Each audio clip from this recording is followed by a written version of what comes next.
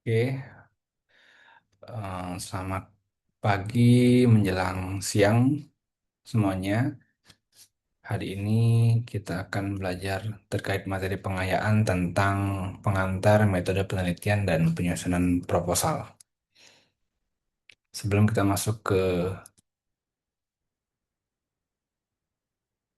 proposal penelitian, kita masuk ke pengantar dan urgensi dari mengapa proposal penelitian penting bagi mahasiswa. Satu, menurut Permendikbudristek tahu nomor 53 tahun 2023 mengatur standar kelulusan perguruan tinggi melalui tugas akhir. Yang kedua, indikator kompetensi menunjukkan pencapaian pengetahuan dan keterampilan selama masa studi. Dasar kebijakan kampus, yaitu universitas terbuka memfasilitasi mahasiswa dengan standar penulisan yang baku. Dan solusi mahasiswa terstruktur adalah melatih pola pikir kritis, sistematis, dan berbasis data empiris. Ada tiga ragam penelitian yang dikenal dalam dunia penelitian. Yang pertama adalah kuantitatif, di mana penelitian ini berfokus pada pengumpulan data numerik, pengujian hipotesis, dan analisis statistik untuk generalisasi.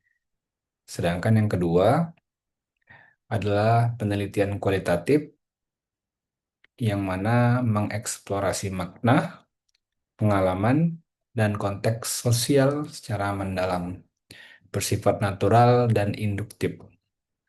Yang ketiga adalah metode penelitian campuran, gabungan antara metode kuantitatif dan kualitatif dalam satu waktu.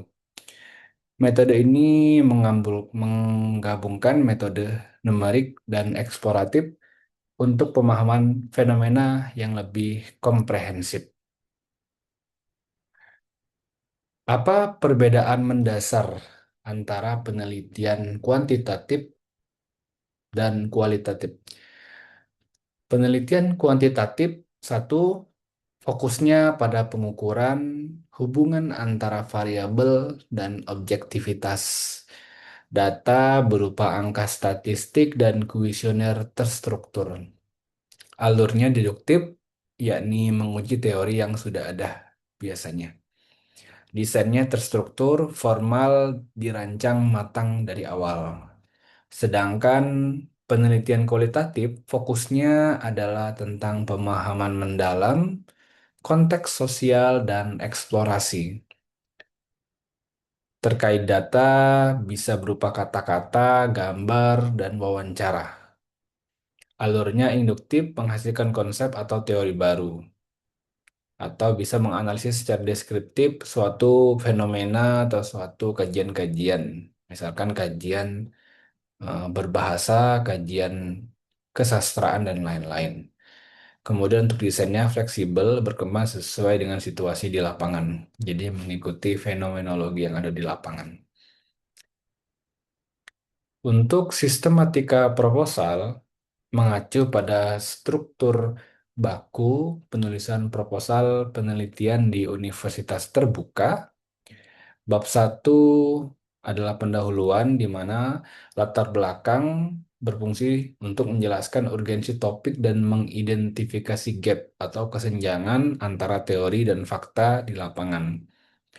Yang kedua, rumusan masalah, pertanyaan spesifik yang jelas terkait masalah yang akan diteliti menggunakan 5W plus 1H.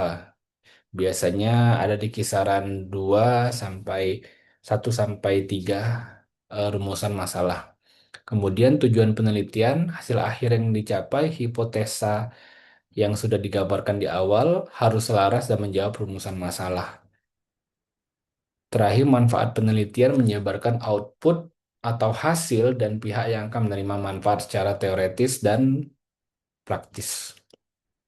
Kemudian bab 2, studi pustaka yang diisi sebagai fondasi teoretis. Kajian literatur yang sangat krusial.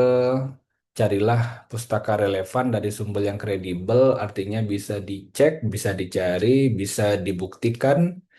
Kemudian evaluasi teori yang ada dan kemudian temukan kesenjangan penelitian atau gap atau research gap.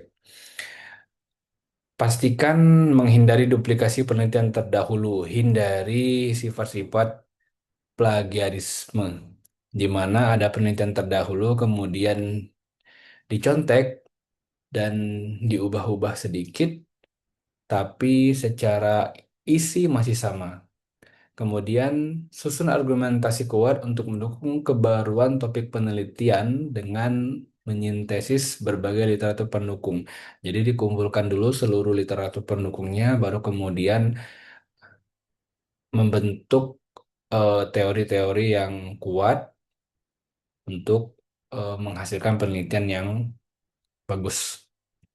Kemudian metode penelitian di bab 3 bisa berupa populasi dan sampel, menentukan subjek penelitian, probability sampling untuk kuantitatif, non-probability untuk kualitatif.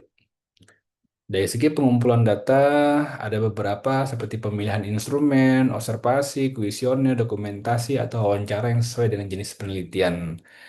Kalau mengacu pada sastra Inggris, kita biasanya observasi, dokumentasi, dan bisa juga untuk wawancara. Untuk analisis data, membersihkan, memodelkan, menafsirkan data untuk menjawab hipotesis atau mengklasifikasi, mengkodifikasi, dan lain-lain kalau dia masuk di ranah program studi sastra Inggris. Kemudian ini perbedaan teknik analisis data, ada beberapa, di antaranya tahap awal, tahap inti, tahap akhir, dan sifat. Jadi kuantitatif itu di tahap awal dia statistik deskriptif, kemudian di tahap inti pengujian model, regresi, korelasi, ANOVA, dan tahap akhir penelitian kesimpulan atau signifikasi H0 atau H1. Tapi untuk kualitatif yang mungkin lebih cocok untuk kita terkait dengan tahap awalnya adalah reduksi data. Artinya ada data yang telah dikumpulkan dan banyak, kemudian diseleksi, direduksi, dilakukan pemilihan mana yang lebih baik untuk diambil, mana yang tidak, mana yang harus ditinggalkan, atau istilahnya pemilihan dan coding. Kemudian di tahap inti penyajian data, narasi, pola tematik, dan lain-lain. Kemudian tahap akhir adalah verifikasi data, triangulasi, bisa, validasi ahli, dan lain-lain. Kemudian dari segi sifat, kuantitatif lebih deduktif dan kualitatif itu lebih mengarah kepada induktif.